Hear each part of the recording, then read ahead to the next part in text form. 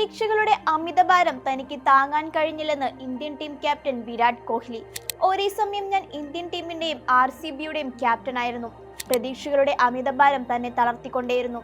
7-8 വർഷം ഞാൻ ഇന്ത്യൻ ക്യാപ്റ്റനായി തുടർന്നു. 9 സീസണുകളിൽ റോയൽ ചലഞ്ചേഴ്സ് നായകനുമായി. വ്യക്തിപരമായ കാര്യങ്ങളിൽ എനിക്ക് ശ്രദ്ധിക്കാൻ കഴിഞ്ഞിരുന്നില്ല. ചിലപ്പോഴൊക്കെ എന്ത് ചെയ്യണമെന്നറിയാതെ ഞാൻ ബുദ്ധിമുട്ടി.